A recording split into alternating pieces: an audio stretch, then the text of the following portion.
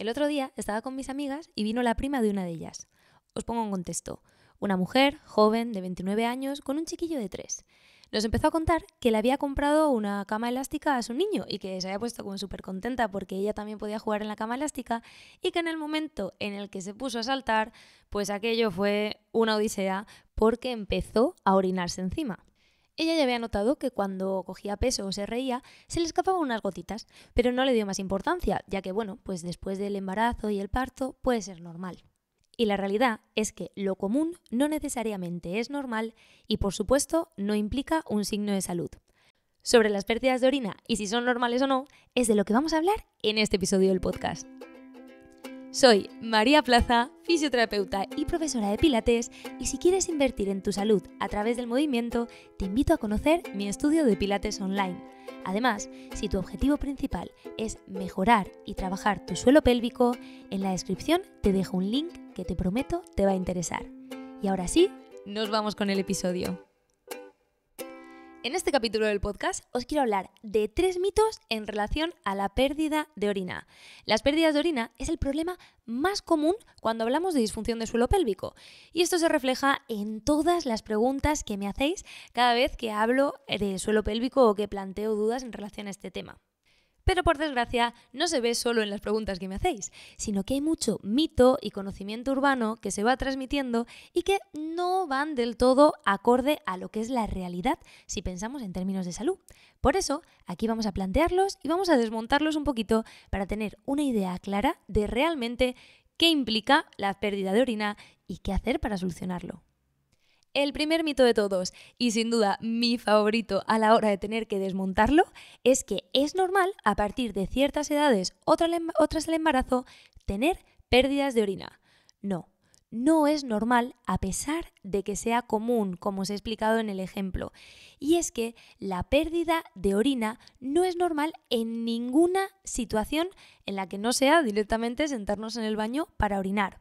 Tanto si perdemos unas gotitas como si perdemos a chorro, supone un problema. No hay una cantidad de orina normal a la hora de tener pérdidas, sino que no deberíamos perder ni siquiera una gota y no tenemos por qué pasar por esto en ninguna situación de nuestra vida, independientemente de la edad o de que hayamos pasado por un embarazo.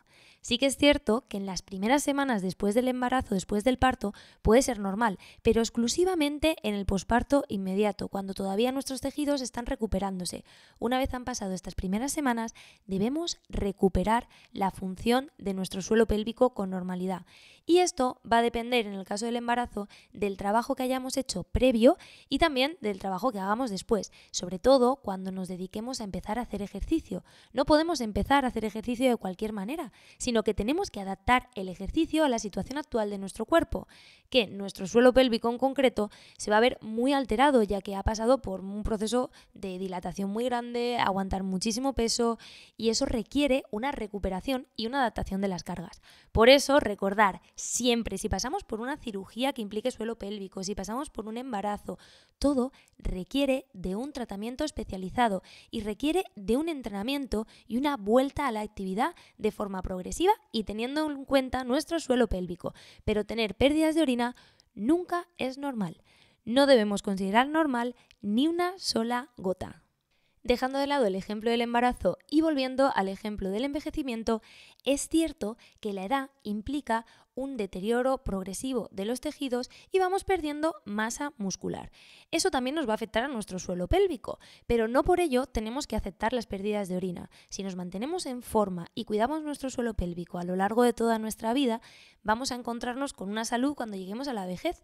A pesar de que la evolución requiera y la biología requiera de poco a poco ir perdiendo masa muscular, todo va a depender del punto de partida. Si partimos de un cuerpo fuerte y seguimos trabajándolo, esto no debe suponer un problema. Por eso es tan importante tener en cuenta nuestro suelo pélvico en todos los momentos de nuestra vida y mantenernos activas y fuertes de una manera segura para así garantizar nuestra salud. Por esto, equipo, ante la pérdida de orina, tolerancia cero. Siempre hay que buscarle una solución. El segundo mito a tener en cuenta es que la incontinencia urinaria solo es para aquellas personas que se les escapa algunas gotitas de pis. Y la realidad es que hay dos tipos de incontinencia. Está la incontinencia de esfuerzo, que es la que se suele asociar a estas pérdidas de orina cuando hacemos algún esfuerzo, cogemos peso, nos reímos, que no podemos controlar, o por ejemplo, la prima de mi amiga cuando salta en la cama elástica, y esa es la más conocida.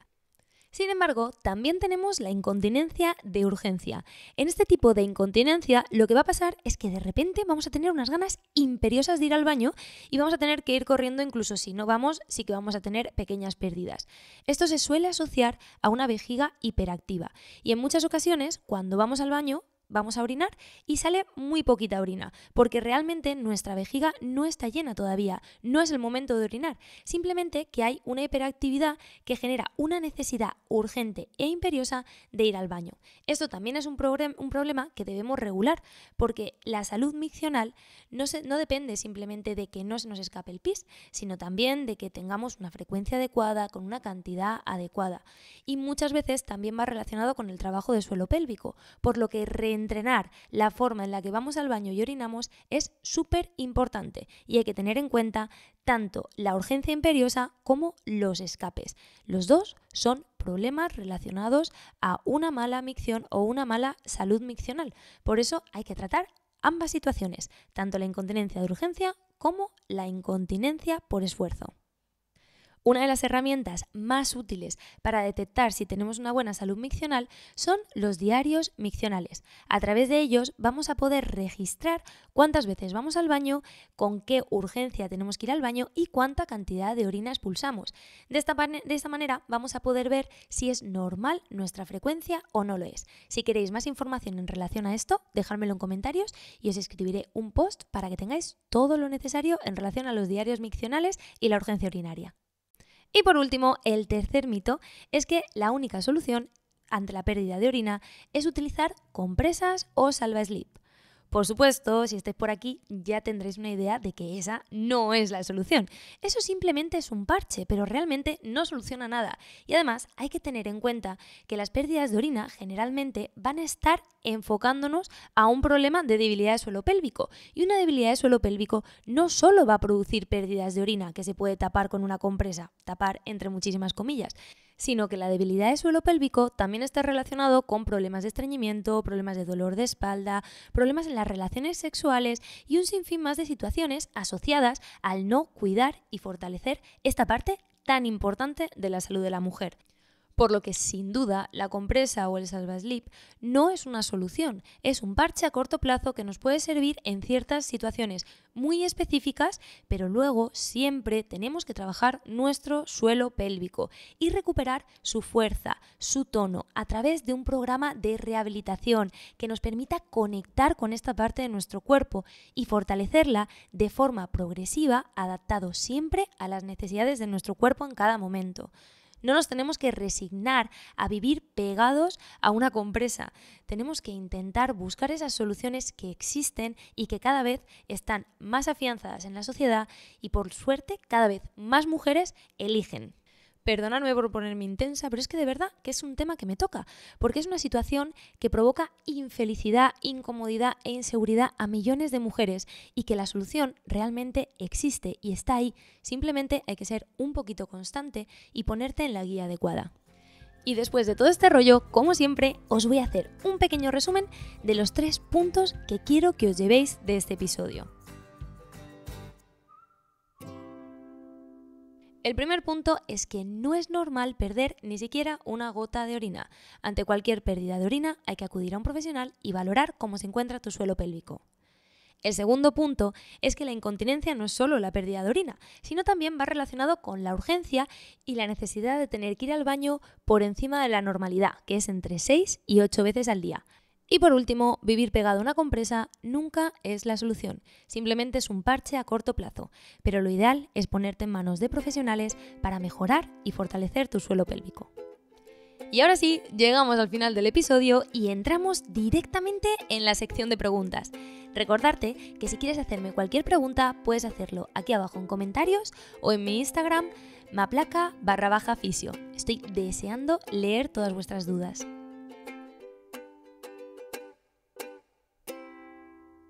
Y para este episodio he decidido responder a una pregunta que de diferentes maneras me hacéis muy a menudo.